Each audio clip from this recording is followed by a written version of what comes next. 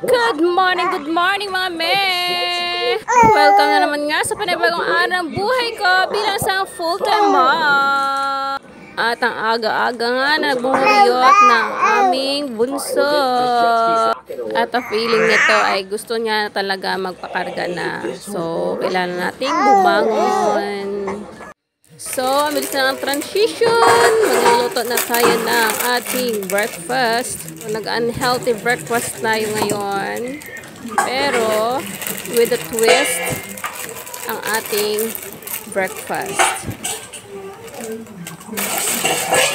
Habang karga-karga ang aming bunso, ay carry balls natin magluto. Siyempre, safe naman siya. Meron siyang upuan na carrier. Ayan. So, nilagyan ko siya ng malunggay. Pinakulo ko muna yung daon ng malunggay. Siyempre sa tubig. Hayaan ko lang munang kumulo at ilagay ang ating noodles. After kumain ay may nagpapak na naman ng gatas.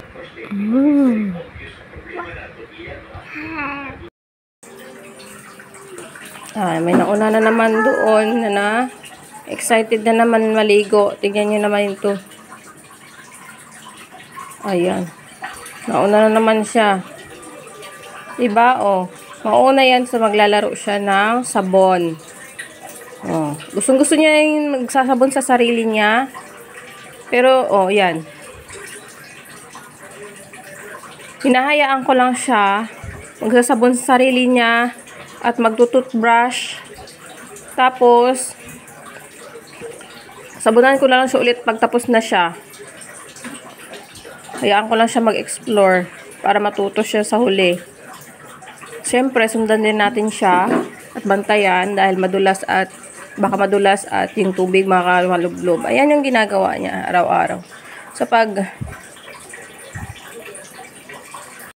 pagising naman yung bunso namin ay hindi ko siya hinahayaan dito mag-isa kasi nga walang bantay. Gusto niyang kunin yung ano. Ito. Amen na.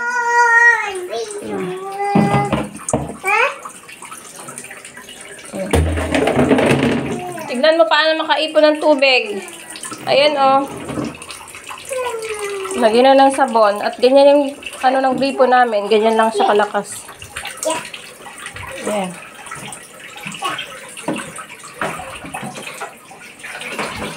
Wala kaming, hindi kami ng ano sa, yung gripo namin, ganyan lang yung ano niya kasi, baka barado, at yung tubig namin, nasa deep well yan, bomba, may motor lang para umaakyat yung tubig, para makyat yung tubig.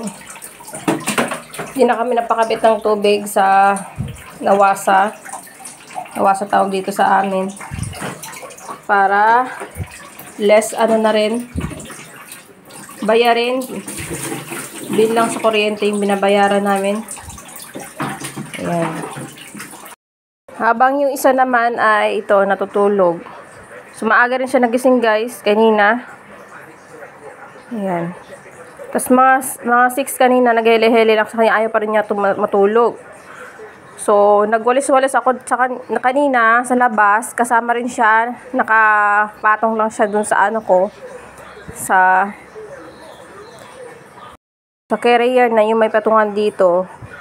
Ayun, inantok na siya. Yan yung gusto niya pag umaga, pag gising siya, hindi na siya natulog, ilabas ko lang yan siya at doon. Minsan na pinapaarawan ko siya. Paminsan-minsan lang kasi nangingitim na yan, kakapaaraw ko yung mukha niya, may itim na.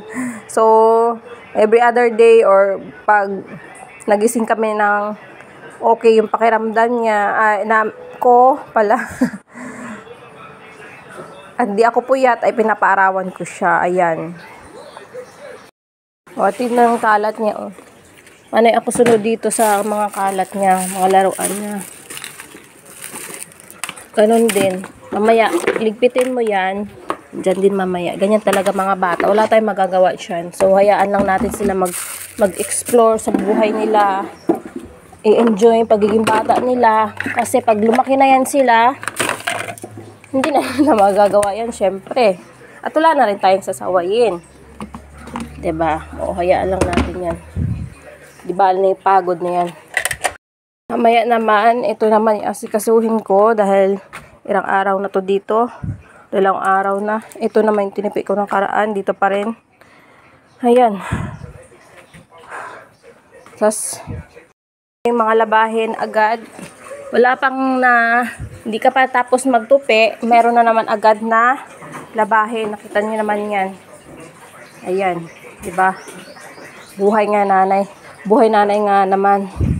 Walang mintis ang trabaho. Paulit-ulit, paulit-ulit. At ito naman, hugasan na natin to. Habang tulog ang aking bunso, ang dami kong hugasin.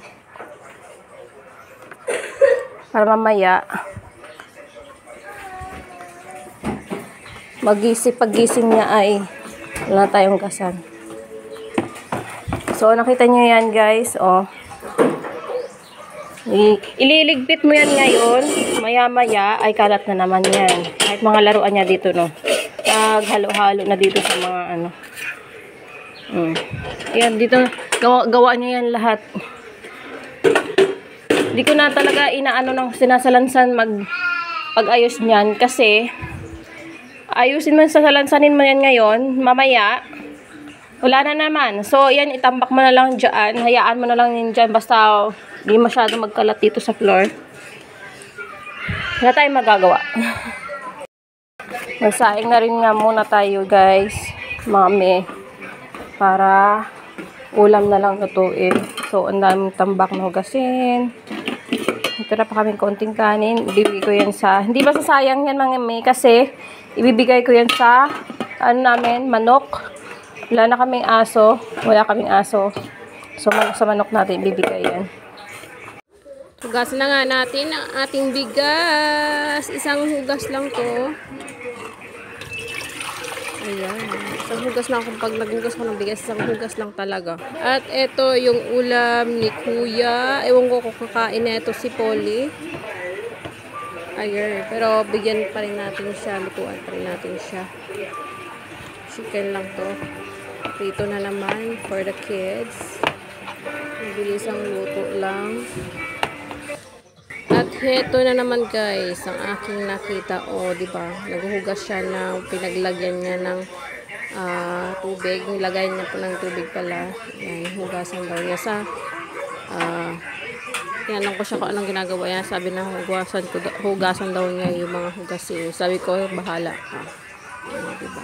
For today mga me, thank you for watching. Please subscribe my channel naman po para ma-monetize na tayo. God bless!